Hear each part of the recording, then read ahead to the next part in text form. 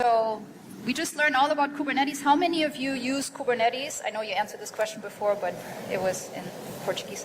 Thank you. So, sorry that I don't speak Portuguese. Hopefully, maybe next time if I come again. So let me start by stating something that I've seen by talking to many of our customers. What do companies care about? They care about delivering their products to their customers, ideally as quickly as possible, right? So velocity, and ideally with as little cost as possible, right? So this is sort of these themes that I see over and over, and people choose tools and infrastructure that help them achieve these goals. So what I'm going to be talking about here today is how Kubernetes, and in particular multi-tenancy in Kubernetes, can be one of the tools in your toolbox that you can look at in order to help you achieve these goals. Could you close the door over there? Thanks. Let me introduce myself briefly. My name is Katharina Probst. I'm a senior engineering manager at Google. You can find me on LinkedIn if you'd like. I will also share the slides, so you're welcome to take pictures, but you can also download them later. Let's start with why you might want to take a closer look at multi-tenancy.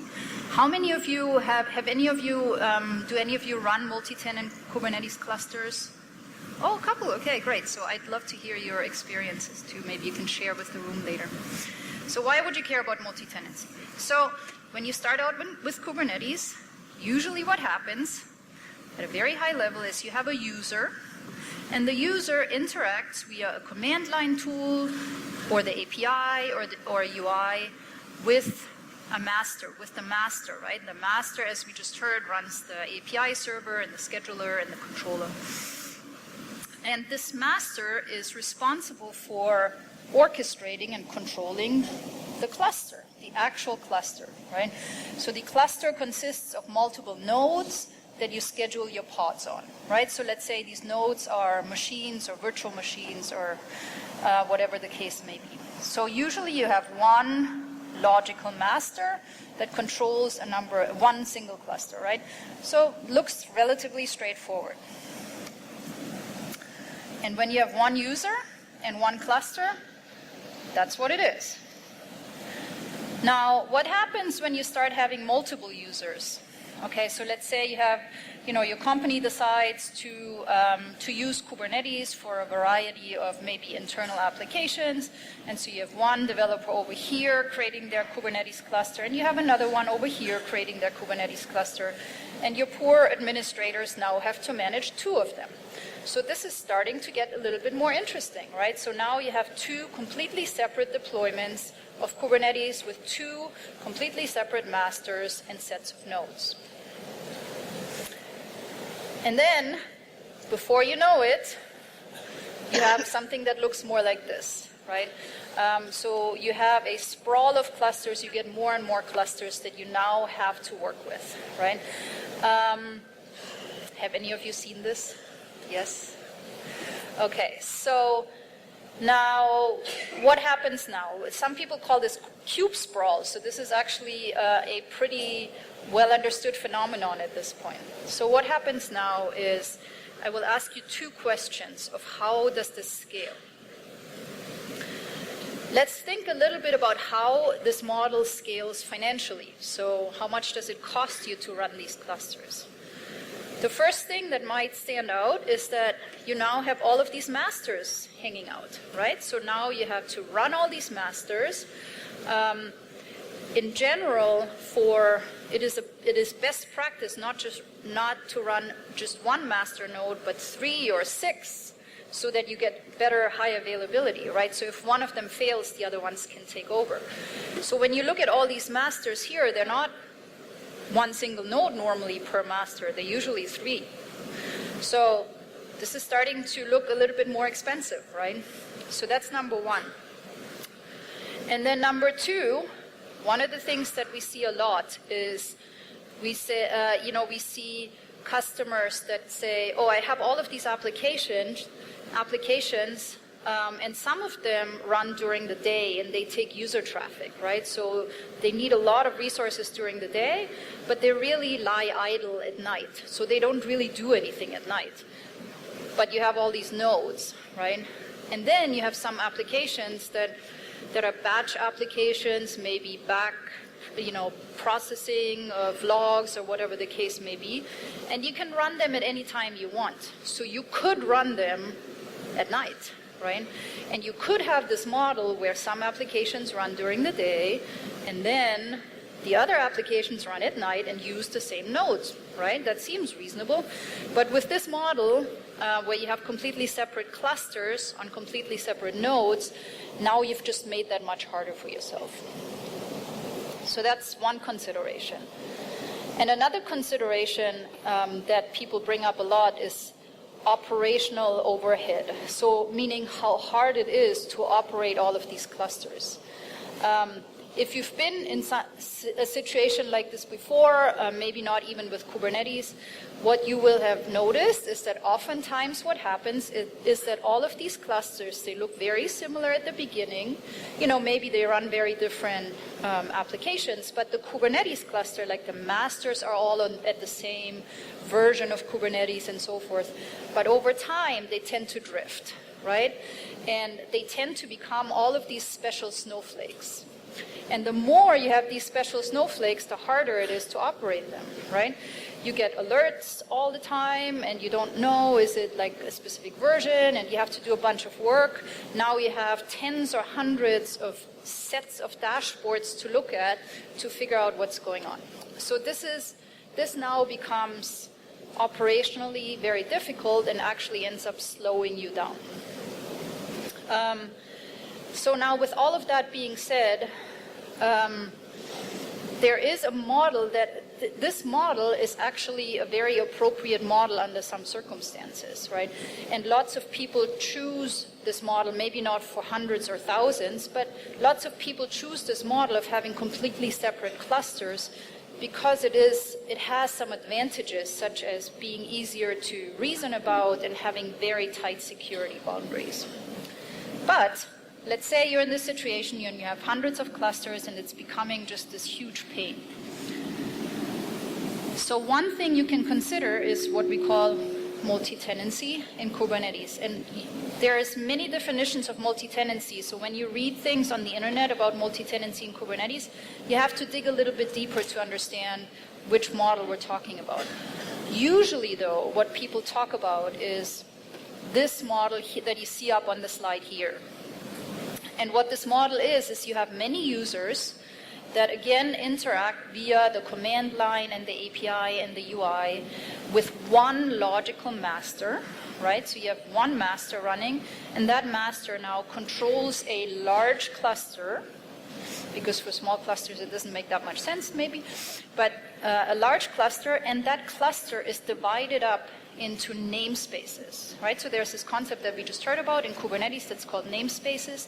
And what namespaces are, it's very important to understand that they are virtual clusters, right? So you have one physical cluster, but then you divide that cluster up into namespaces. So that does not mean, these two nodes belong to this namespace and these three nodes belong to the next namespace. The nodes are actually shared among the namespaces, but the namespace provides a boundary that creates this universe for you. And then you can run different applications in these namespaces, but still share the resources, right? So let's dig into this a little bit. Usually when you run Kubernetes, you have different roles and different kinds of users of this cluster, right? So if you have a multi-tenant cluster, what you're going to have, more than likely, is you're going to have a cluster administrator. And that cluster administrator essentially has a lot of access to all the cluster. And they're the ones that set up the namespaces. They set up the resource limits, as we will see later in the talk. And they make sure that there's consistent consistency across the namespaces in the cluster, so you don't again end up with this divergence and all of these different snowflakes, right? And of course, oftentimes they are responsible for operating the cluster, responding to incidents and making sure everything runs smoothly. Now we have a new role that really only applies to this model of multi-tenancy, and that is the namespace administrator. The namespace administrator now does not necessarily have access to, or even access to or control over the entire cluster, but only one namespace, maybe multiple, but not the entire cluster, right? So only admin rights to specific namespaces. And then finally, you have the cluster user. And the cluster user, just like it was before, runs their applications on the cluster. But now in this multi-tenant model, it's a little bit different because the cluster user now has access only to certain namespaces, maybe even only to one, right? And it is their responsibility to understand their own namespaces, to run their apps in their namespaces, make sure they understand the resource limits, and make sure they don't trample on other tenants. And we'll get into more detail about this further on in the slides. But essentially what you're going to have is you're going to have different roles, cluster administrator, namespace administrator, and user, that you will typically see in these kinds of deployments.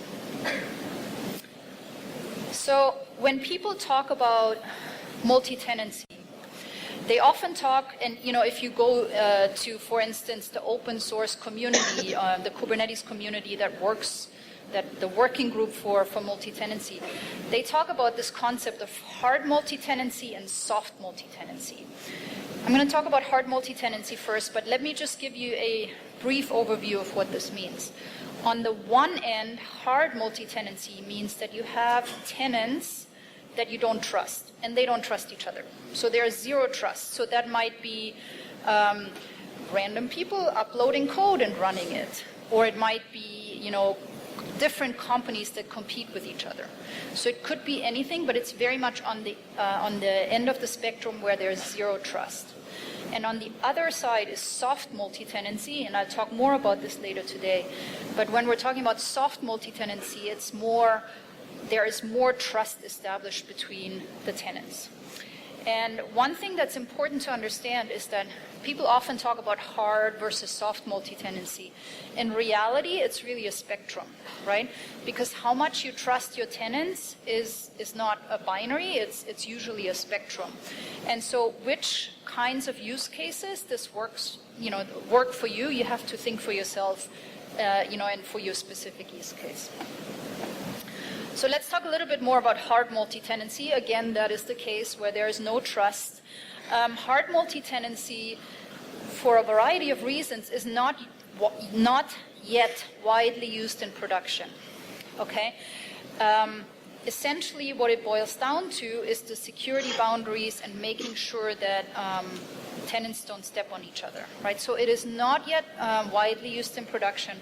There is ongoing work in the Kubernetes community to strengthen and make changes to Kubernetes so that we get closer and closer to a point where that is a very viable thing to do. So let's talk a little bit about what it would take to have that. So think about this a little bit. You have now one cluster with a bunch of nodes, right? And these nodes are shared by potentially malicious tenants. So what do you need to do to make sure that this actually works smoothly, right? So you need to make sure that there is great security isolation. So that's the second bullet here, I should say. The second bullet here. So make sure that there's great security isolation. Tenants cannot see or access each other's stuff. They cannot intercept networks requests. They cannot get to the host kernel and escalate their privileges. All of that needs to be made sure so that you can have tenants that you cannot trust. The other thing is that you need to make sure that tenants essentially don't DOS each other, right? Meaning they don't impact each other's access to the other's resources. We'll talk about this a little bit more later today, but later on in the talk. But think about this. You have a bunch of nodes. You have a number of nodes that are now shared, and you have to make sure that everybody essentially gets their fair share, right? So that's one thing it would take. Another thing you have to make sure is that when you have resources, so for instance, there's this concept of custom controllers and custom resource definitions. That's a way to extend Kubernetes, right? So if you now have all of these different tenants and they add their own APIs, their own CRDs, controllers, you have to make sure that they don't conflict, right? So that one person over here doesn't create an API that conflicts with something over here. So again, you have to make sure that they're very nicely isolated. And then finally, everything I've talked about, or not everything, but much of what we talk about is about what we call the data plane, which is the cluster where the nodes are, right? But the same questions apply to the master, which we call the control plane, right? So we have to make sure that the control plane resources are also shared fairly. So if you know, as we're on this journey towards making hard multi-tenancy more and more viable and more practical and used in production, those are the kinds of questions that we need to answer. Does that make sense so far? Okay, so we're going along this journey towards more and more hard multi-tenancy. Right now, what people do a lot is they use multi-tenancy in a context where there is trust between the tenants, okay? So the use cases, for instance, that are very common or pretty common are different teams within the same company, right? So within one company, you say, you know, we share one big pool of resources and different teams share them, right?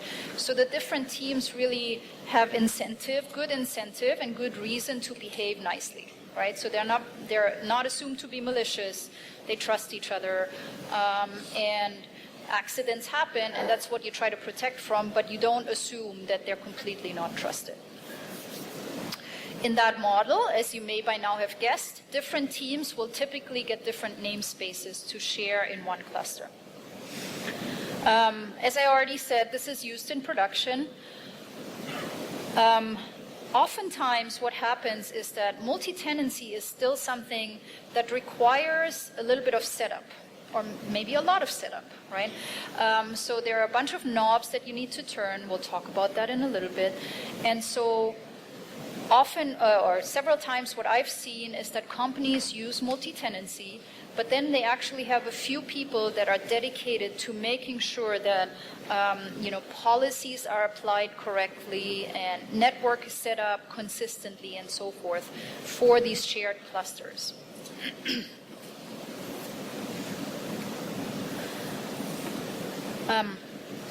There are a number of primitives that exist in Kubernetes that will help you get a multi-tenant cluster set up and administrated properly. I already mentioned namespaces. The good thing about namespaces is that they are built-in. They were built in very, very early on in Kubernetes, and they're very fundamental concepts, so they're actually implemented everywhere, and pretty much all the components understand namespaces. That's good. But namespaces alone are not good enough. So there are a number of things you need to do in order to set up your multi-tenant cluster in a way that protects tenants from each other's accidents, for instance. So we're going to talk about three things in a little bit more detail. One is access control, which means who can access what. One is isolation, which means how do I make sure not everybody can see each other's stuff. And then the last thing, going back to our hard multi-tenancy goals, is fair sharing. What already exists in Kubernetes that lets you ensure fair sharing among tenants? Let's talk a little bit about access control. So that's our first primitive that we're going to talk about here. We already heard a little bit about RBAC. It was mentioned in the previous talk. RBAC is role-based access control in Kubernetes. Are some of you familiar with RBAC already? Yes. Okay, some of you. So the way RBAC works, RBAC is essentially a tool that's built into Kubernetes that lets you control who can access what. And basically the way it works is that you set up these roles, and in these roles you describe, okay, I'm going to have my administrator role, and this administrator can do all of these different things, right? There are two kinds of roles. There's cluster roles, so those are roles that apply to the entire cluster, right? It makes sense. And then there are just roles, and those roles are namespace scoped, meaning they apply to specific namespaces, whichever ones you list, right? So Kubernetes already comes with some default roles that you can use, but then you can create your own, and you probably will want to. So you create your own roles that say exactly who can access what pods, what namespaces, what secrets, and all of that stuff.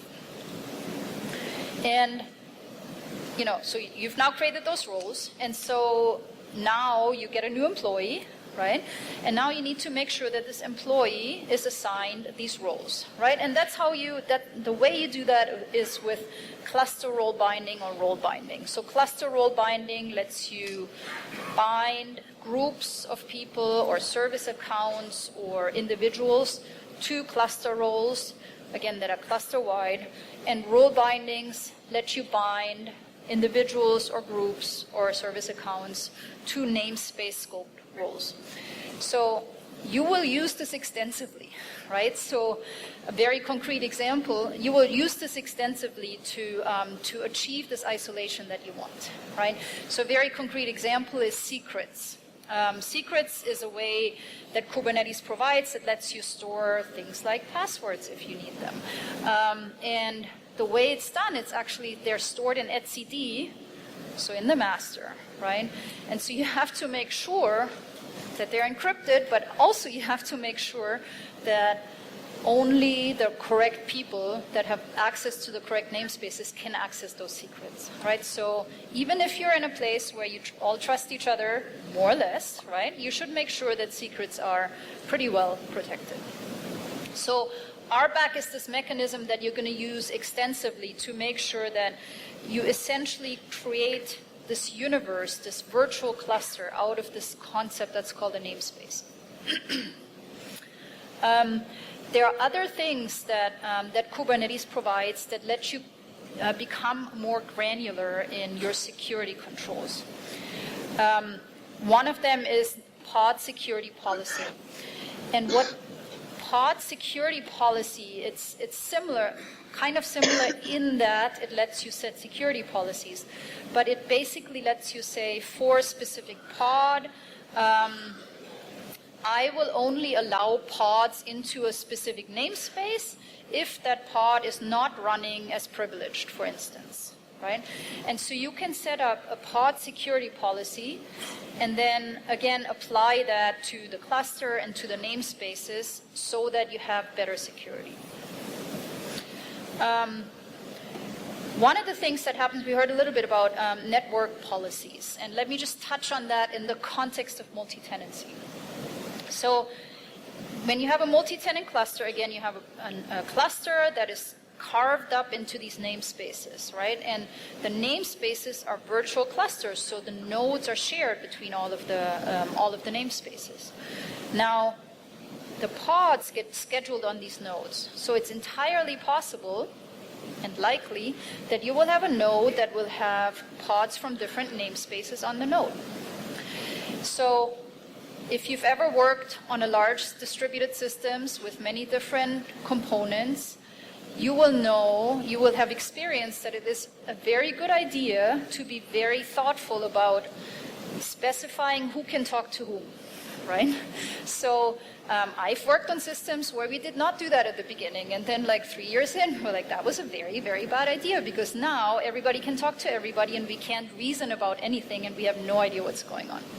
So in a namespace, in a multi-tenant Kubernetes cluster, it is very recommended that you're very thoughtful about setting network policies. And what those network policies let you do. They let you set ingress and egress. So for specific pods, they let you say, okay, this pod can talk to this pod, but not to these other pods. So you can reason better about the topology of your deployments.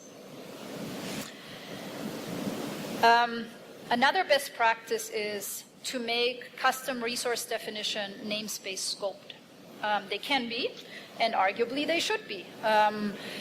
There are some use cases where that might not be the right thing to do, but in general, when you have these custom resource definitions, which again, they're extensions, so you might have different teams writing extensions to Kubernetes and their own custom controllers. So in many cases, it makes sense to make them namespace scoped so they don't conflict with whatever other people are doing, because you might not be interested in other people's extensions, and you might not like the side effects that they might have. The final thing I want to touch on in terms of isolation is sandboxes. Any of you use sandboxes with Kubernetes? Okay, one person, excellent. So sandboxes are this concept of, people now go around saying containers don't contain, so they're not great security boundaries. And what that means in practice is if you run your containers on a node, then there are certain security primitive or security considerations that you have to think about, right? So for instance, you have to make sure that when that pod runs on the node, the pod cannot easily access the host kernel and then hack into the host kernel and escalate privileges and then get access to everything else that is running in the cluster, right? So sandboxes put a tighter security boundary around each pod. And so you can just launch all your pods in sandboxes. And then there are several different ones. gvisor is one of them that's being developed. It's actually open source, but Google is investing very heavily in it, so I know a little bit more about it. And the way it works is that, again, it puts the security boundary and isolates the pods more. And the goal is, again, to make sure that information is not leaked between tenants, and tenants can't break out accidentally or maliciously and mess everybody up and stop everybody else's containers. So that's something to consider. So what I want you to take away, there are a lot of details here, but what I want you to take away from this part of the presentation is that when you have a large cluster, a large multi-tenant cluster, you assign namespaces, and that is really the first step, right? What you then do is you set up all of these security and isolation mechanisms so that in essence you create a more tightly controlled universe for each namespace. Does that make sense? Great. So let's talk a little bit about fair sharing. What I'm going to be talking about on this slide is fair sharing in what we call the data plane, which again is the cluster of nodes. So fair sharing of resources. The reason I'm talking here about the data plane is because there are different mechanisms on the data plane, and it's actually better developed than it is on the control plane on the master. And I'll talk about the master in the next part of the presentation. Let's talk about the data plane a little bit. So when you have all of your different teams running your applications, I have experienced this, maybe some of you have too, even when you want to behave nicely and you're incentivized to behave nicely, what happens sometimes is that all of a sudden you get a lot of traffic, right? And then your autoscaler kicks in, and that's wonderful, and your application still runs, but now others cannot run, right? And so you have to make sure that you have the mechanisms in place so that tenants don't trample on each other and don't crowd each other out. And the most important, or maybe the most fundamental way to do this in a multi-tenant Kubernetes cluster is with something called resource quotas. Resource quotas are meant to allow you to set resource limits for each namespace, right? So you have, which makes sense, right? Because you have a number of nodes and you need to make sure that you carve up the resources among the namespaces. There's something called a limit ranger, which lets you set defaults for all the namespaces. But essentially what you're going to want to do is you're going to want to think about how many resources does everybody get, right? For CPU, for memory, and also for things like object counts, like how many persistent volume claims can I have per namespace, right? Because there are limits on how many volumes you can mount on each virtual machine, depending on where you run them. So you have to also make sure that those are shared fairly as well. So resource quotas let you do that. And then there are things that let you put priorities and quality of service classes on the pods. So there are related concepts, and maybe what I want you to take away is that there are ways that you can control a little bit what pods run at higher priority than others. So you're probably familiar with this concept of priority, even if it's not from Kubernetes, from other systems like Linux. And it essentially lets you control that. Quality of service classes are another twist to this because they let you also say, okay, this is how many resources I need, but I can burst out of them potentially. Or I can say, I need absolute guaranteed that these pods will run. And then finally, the last two bullet items here, node and pod. Those are mechanisms that let you influence the scheduler, right? So the scheduler is a complicated, complex piece of technology that is not always easy to reason about. So your pods are scheduled and you are not really all that sure why they ended up where they did. It's complicated to reason about oftentimes, but there are mechanisms that let you influence the scheduler. We heard a little bit about affinity and pod, anti-affinity before. What that means is you can say, these two pods shouldn't be scheduled together. And in the context of multi-tenancy, that might mean that two namespaces, two applications in two different namespaces should not end up on the same pod. So maybe you have namespaces that run, financial applications that you want to keep separate from other things. One interesting concept that I'd like to call out here is this concept of taints and tolerations. And that's really interesting in the context of multi-tenancy. What it does, the way it works, is that you say for a node, you give it a taint, and you just give it it's basically a label, right? So you say green.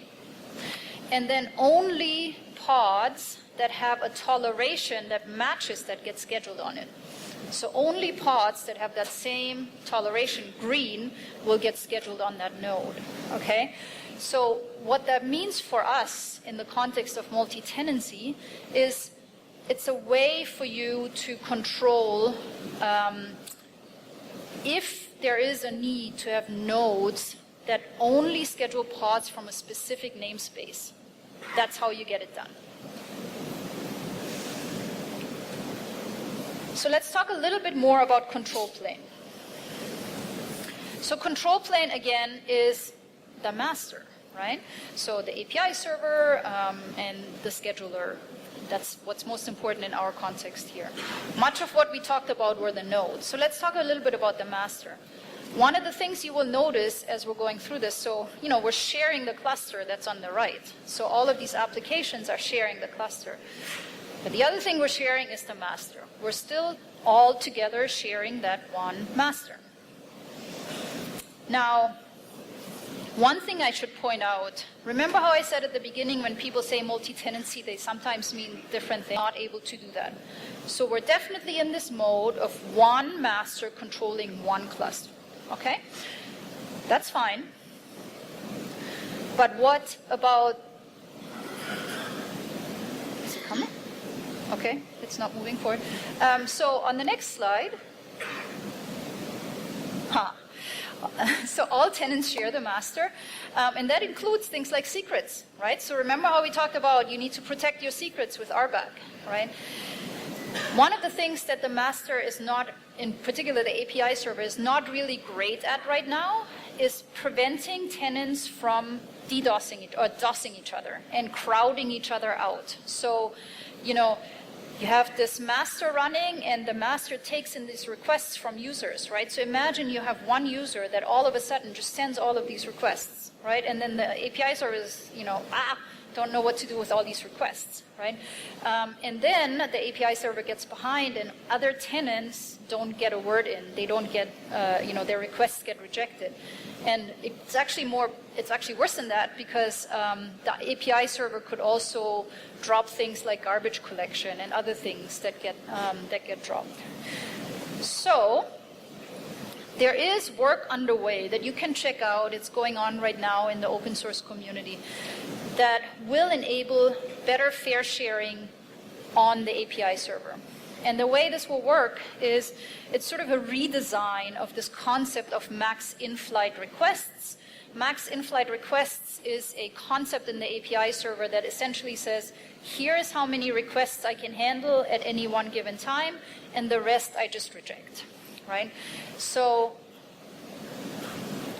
in this proposal that is currently underway, you can read this in the slide, but essentially what it will do is it will generalize max in-flight request handler in the API server to make more distinctions among requests and provide prioritization and fairness among the categories of requests.